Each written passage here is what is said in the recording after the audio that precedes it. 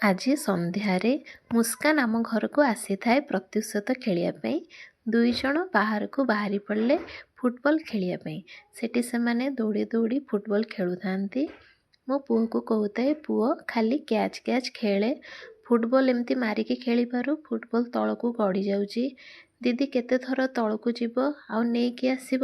ସେ କିନ୍ତୁ ମୋ କଥା ଶୁଣୁନଥାଏ। ତାପରେ ସେ ମୋତେ କହିଲା, ମାମା ଏଇଟା ନେଇଯାଅ, ମୋ କାନ କାଟୁଛି। ମୁଁ କହିଲି ହଉ ଦେଇଦେ। ତାପରେ ମୁଁ ତାଙ୍କୁ କହିଲି, ହଉ ସେତିକି ବାହାରେ ଖେଳ, ଏବେ ଆଉ ଟିକେ ସମୟ ପରେ ଥଣ୍ଡା ପଡ଼ିବ, ଚାଲ ଆମେ ଘରେ ଖେଳିବା। କିନ୍ତୁ ସେମାନେ ମୋ କଥା ଜମା ଶୁଣୁନଥାନ୍ତି। ତାପରେ ଯାହା ହଉ କେତେ କଷ୍ଟରେ ଘରକୁ ଆସିଲେ ବ୍ୟାଟ୍ ବଲ୍ ଖେଳୁଥାନ୍ତି। ପୁଅକୁ ଦେଖ ମୋର ଏଇଠି ଦୁଷ୍ଟାମି କରୁଥାଏ, ତା ଦିଦିର କ୍ୟାପ୍ଟାକୁ ପିନ୍ଧି ଦେଇଥାଏ ଆଉ ଖେଳୁଥାଏ। ତାପରେ ସେ କ'ଣ ମୋ କଥା ଶୁଣୁଛି? ଦୌଡ଼ୁଛି ଏପଟେ ସେପଟେ, କିଛି ଶୁଣୁନି। ମୁଁ କହିଲି ଧନ ବସିଯା, କେତେବେଳୁ ଖେଳିଲୁନି, ଟିକେ ଏବେ ବିସ୍କୁଟ କି କ'ଣ ଖାଇଦେବୁ, ତାପରେ ପୁଣି ଖେଳିବୁ। ମୋ କଥା କିଛି ଶୁଣିଲାନି, ଏପଟ ସେପଟ ହେଇ ଜିଦ୍ଦି କରି ଖେଳୁଥାଏ। ତା ଦିଦି ବି ତା ସହିତ ବଢ଼ିଆ ଖୁସିରେ ଦୁଇ ଜଣ ଦୁଇଟା ବଲ୍ ଧରିକି ଖେଳୁଥାନ୍ତି। ସେ ଗୋଟେ ୟେଲୋ ଧରିଲା ବେଳକୁ ଇଏ ଗୋଟେ ରେଡ଼୍ ବଲ୍ ଧରିଥାଏ। ତାପରେ ସେମାନେ କହିଲେ, ହଉ ଆମେ କିଛି ଖାଇବୁ। ଏଠି ସେମାନେ ଟିକେ କିଣ୍ଡର ଜୟ ଖେଳନାରେ ଖେଳିଲା ପରେ ମୋତେ କହିଲେ, ମାମା ଚାହା ବନେଇ ଦିଅ ଆଉ ମୁଁ ଚାହା ବିସ୍କୁଟ ଖାଇବି। ମୁଁ କହିଲି ହଉ ଠିକ୍ ଅଛି। ଏଠି ମୁଁ ରମେଶକୁ କହିଲି, ରମେଶ ସାର୍ ମାଗୁଛନ୍ତି ବ୍ଲାକ୍ କଫି, ତମେ ଟିକେ ତାଙ୍କୁ ବ୍ଲାକ୍ କଫି ଦେଇଦିଅ। ଏଠି ରମେଶ ଦେଖ କେମିତି ବ୍ଲାକ୍ କଫି ବନାଉଛନ୍ତି। ୟା ପରେ ସେ କହିଲେ ମୋତେ, ମ୍ୟାଡ଼ାମ୍ ଟିକେ ଘିଅ ପଡ଼ିବ କି? ମୁଁ କହିଲି ହଁ ସାର୍ଙ୍କର ତ ଟିକେ ଘିଅ ପଡ଼େ, ଘିଅ ପକାଇ ଦିଅ। ସେଥିରେ ଟିକେ ଘିଅ ପକାଇ ଦେଉଛନ୍ତି।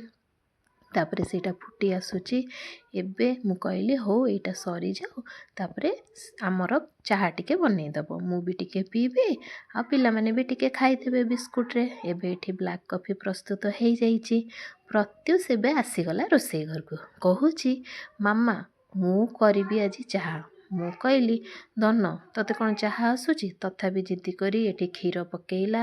ତାପରେ କହୁଛି ଚିନି ଦିଅ, ଚିନି ଚିନି। ମୁଁ କହିଲି ରହ ଅଙ୍କଲ ତୋତେ ଦେବେ, ତୁ କ'ଣ ପକେଇ ପାରିବୁ, କେତେ କ'ଣ ପକାନ୍ତି ଜାଣିପାରିବୁ? ଦେଖ ସେ ଏଠି କେମିତି ଚିନି ପକାଉଛି। ତାପରେ ସେ ମୋତେ କହୁଛି, ମାମା ରୁହ ମୁଁ କରିବି, ତମେ କ'ଣ ଜାଣିଛ, ମୁଁ ତମକୁ ବା ଦେଖି ଦେଖି ଜାଣିଗଲିଣି କେମିତି ଚାହା ବନାନ୍ତି। ଏଠି ତା ଅଙ୍କଲକୁ ଏବେ ଚାହାପତି ମାଗୁଥିଲା। ଏବେ ସିଏ ଚାହାପତି ଦେଉଛନ୍ତି, ଦେଖନ୍ତୁ କେମିତି, ମାପ ତ କିଛି ଜାଣିନି, ନିଜେ ନିଜେ ନେଇକି ପକାଉଛି। ତାପରେ ସବୁ ପକାଇ ସାରିଲା। ମୋତେ କହୁଛି ଗୋଟେ ଚାମଚ ଦେଉନ, ମୁଁ ତାକୁ ଏବେ ଘାଣ୍ଟିବି। ମୁଁ କହିଲି ହଉ ରୁହ, ଆଗେ ଆଉ ଗୋଟେ ଚାହାପତି ପକାଇ ଦିଅ ଚାମଚଟେ। ଚାହାପତି ପକାଇକି ଏବେ ଚାମଚରେ ଘାଣ୍ଟୁଛି। ମୋତେ ଖାଲି ଡର ଲଗାଉଥାଏ, କାଳେ ସେ ଚାହାଟାକୁ ଏପଟେ ପକାଇଦେବ କି ଢଳିଯିବ ଯଦି। ମୋତେ କହୁଛି, ମାମା ଚାହା ବୋଧେ ହେଇ ଆସିଲାଣି, ଦେଖ ଚାହା ହେଇଗଲାଣି, ଚାଲ ଚାହା ପିଇବା।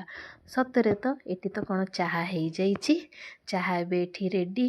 ତାପରେ ସେମାନଙ୍କୁ ରମେଶ ଚାହା ବିସ୍କୁଟ ଆଣିକି ମୋତେ କହିଲା, ମ୍ୟାଡ଼ାମ୍ ଯାଆନ୍ତୁ ମୁଁ ନେଇକି ଦେବି। ମୁଁ କହିଲି ହଉ ଠିକ୍ ଅଛି। ଏଠି ଏବେ ସେ ଯେଉଁ ମେଳାରୁ ଗୋଟେ ଖେଳନା ଆଣିଥିଲା ସେଇଟା ବାହାରି ଯାଇଥିଲା। ମୋତେ କହୁଛି, ମାମା ଏଇଟା ଲଗେଇ ଦିଅ ଲଗେଇ ଦିଅ। ମୁଁ କହିଲି ହଉ ଲଗେଇଦେବା, ରହ, ତୁ ତ ଖାଲି ଏଟା କର ସେଟା କର, ମୋତେ ସବୁବେଳେ କହୁଛୁ, ରହ ମୁଁ ଟିକେ ବସିଛି ପଛରେ ଲଗେଇଦେବି। ତାପରେ ଦେଖନ୍ତୁ ତାଙ୍କର ଚାହା ବିସ୍କୁଟ ଆସିଯାଇଛି।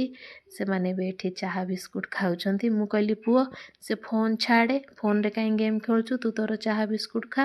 ତାପରେ ସେ କହିଲା ହଉ ଠିକ୍ ଅଛି, ମୁଁ ଚାହା ବିସ୍କୁଟ ଖାଇଦେବି। ମୋତେ ଦେଖୁନ କେମିତି ଦେଖୁଛି, ସେ କହୁଛି ହଁ ମାମା ବାଏ ବାଏ, ମୁଁ ଏବେ ଖାଇବିନି। ମୁଁ କହିଲି ନା ଖାଅ। ତାପରେ ରମେଶ ଯାଇଥିଲେ ତାଙ୍କ ପାଇଁ ମାର୍କେଟରୁ ବର୍ଗର ନେଇ ଆସିଲେ।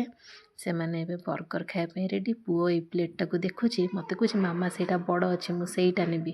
ମୁଁ କହିଲି ଧନ ଏମିତି କ'ଣ କରନ୍ତି, ଦିଦିଙ୍କୁ ବଡ଼ଟା ନେବୁ ଛୋଟଟା ନେବୁ ଏଇଟା କ'ଣ କୁହନ୍ତି? ତାପରେ ଦୁଇ ଜଣ ଏଠି ବର୍ଗର ଖାଇଲେ। ବର୍ଗର ଖାଇଲା ପରେ ମୋତେ କହୁଛନ୍ତି ବଢ଼ିଆ ହେଇଛି ମାମା। ବର୍ଗର ଖାଇସାରି ସେମାନେ ଜଣେ ଲଟେ ଚକ ପାଏ ଆଉ ଜଣେ ଡାର୍କ ଫାଣ୍ଟାସି ଖାଇଲା। ଖାଇକରି ବହୁତ ଖୁସି ହେଲେ। ତାପରେ ସେମାନେ ମୋତେ କହିଲେ ଆମେ ବାହାରେ ନିଆଁ ଜଳିବୁ, କାହିଁକି ଟିକେ ଆମ କୋରାପୁଟରେ ବହୁତ ଥଣ୍ଡା, ତ ସେଥିଲାଗି ଆମେ ଏଠି କାଠ ରଖିଥିଲୁ। କାଠ ଗୁଡ଼ା ନିଆଁ ଲଗାଇ ଦେଲା ପରେ ସେମାନେ ସେଇଠି ନିଆଁ ପାଖରେ ବସି ନିଆଁ ପାଉଛନ୍ତି। ଏହିପରି ଭାବେ ପ୍ରତ୍ୟୁଷ ତାର ଇଭିନିଂଟି ଶେଷ କଲା।